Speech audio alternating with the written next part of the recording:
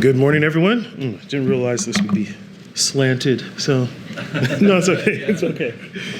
I only have a few minutes anyway, so it should be good. Hi, everyone. Great to be here. Yaya Fanusie at the Crypto Council for Innovation, or CCI as we call ourselves. I focus on anti-money laundering and cyber risk. I also kind of just have the national security hat. So when it comes to those sort of issues, I focus on, I'm your guy, hopefully.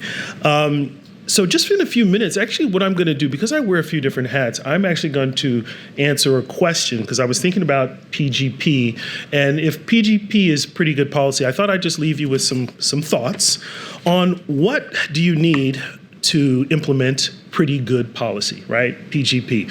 And I would say three sort of things, and we'll get into the technology, but I just want to frame it. For pretty good policy, I think you need vision, narrative, and a plan. And I say this reflecting on some of the research I've done, taking off my CCI hat and putting on my think tank researcher, national security researcher hat. Over the past couple of years, I've done a lot of research on CBDCs and China's CBDC. It's known as the ECNY. And I actually have a paper that hopefully will be coming out soon relating to this issue, looking at the ECNY. This is China's central bank digital currency, their CBDC pilots that have been sporadically proliferating around China, very small footprint. But in looking at the ECNY, and these pilots these are retail CBDC projects, pilots that they've put out. One thing is that we noticed there's been a lot of experimentation, rudimentary experimentation around programmability in payments. And rudimentary in terms of, some of these pilots that the Chinese Communist Party is putting out for its economy, there's small things like escrow payments, right? So there's a service provider and you send your money to the ECNY wallet, and then there's a system where the vendor does not get paid until the service is provided, right? So basic, escrow payments, things to deal with counterparty risk, et cetera.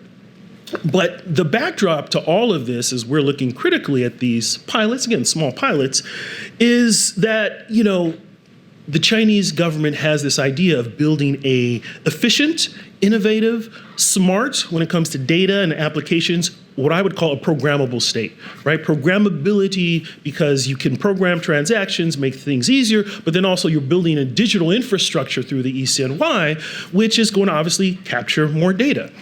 Now, obviously, in the back of our minds, most of us, we're thinking about, well, this doesn't sound like it would end well, right? It would not end well. And I think that's true. But this leads to my question of, okay, so how do we in the US have a pretty good policy? So what is the vision? In China, there's a very clear vision economically or digitally. There's a vision about data, a vision about what data means for the state, a vision about how the state is going to go about doing that. And then that leads to research, that leads to investment, that leads to pilots, it leads to all of government approach, and it leads to really the society hopefully acquiescing in their minds to this vision. And they have a narrative around it and they have a plan. That's what we're witnessing. So in the US, what is our vision for a digital future? What is our vision for data? What is our narrative? What is our plan? So before I leave, I'll reference a couple of things I've noticed in the past few months. One, there was this interesting paper that MIT put out with the Bank of England talking about privacy in CBDCs. So all this talk about CBDCs, this is crypto, why am I talking about CBDCs? But basically what this paper does is it talks about different sort of a spectrum of privacy cryptographic tools that perhaps could be used if someone were to do a CBDC. But the question that led me to as I was reading this paper was, all of these privacy tools that they're talking about in the CBDC context, these are tools that are in the crypto space, that are being used in the crypto space. Zero knowledge proofs, for example, right? That could be used in crypto and out of crypto, could be used in blockchain and decentralized systems or not. Why does the conversation around privacy and cryptography should not just be limited to CBDCs, right? So it made me think, well, if the world is developing, if we're getting more digital, so what is our vision here in the US of a private, compliant, digital environment? What's the vision for digital financial privacy in practical terms where it's scalable, that reflects US values and the spirit and letter of the Fourth Amendment. So I would say, and I'll leave this because I know there's going to be discussion about all these different technological tools that you all are developing, that we're developing. I'll end with another three. So that if we're going to have a vision for our digital future, we're going to have policy that talks about what is the technology, right? And I think that's probably where we have a lot of conversation already. Everybody talks about the technology around it. But it's not always coupled with, well, what are the systems? What are going to be the ways what are going to be the standards, and what are going to be the ways that we build this technology so that it actually works?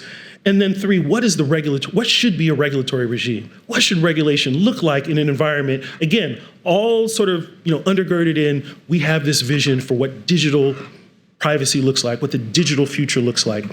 And so vision, narrative, and plan. So if we can come up with a vision for digital privacy, digital financial privacy, there's going to have to be a narrative.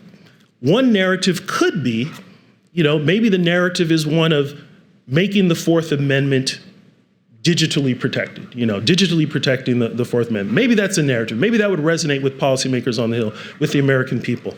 I don't know, but that's I think where our discussion has to go. And so in all of our tech discussions in the crypto space, where again, we're talking a lot about the technology, but I'll just end with, what is our vision? How can we communicate that through a narrative to policymakers and to the public, so it's not just a small segment of people saying this is what the world should look like? And then what is the implementation? What should be the plan? Those are the things that hopefully will come out from us having these conversations and us talking and doing what we're doing today. Thank you.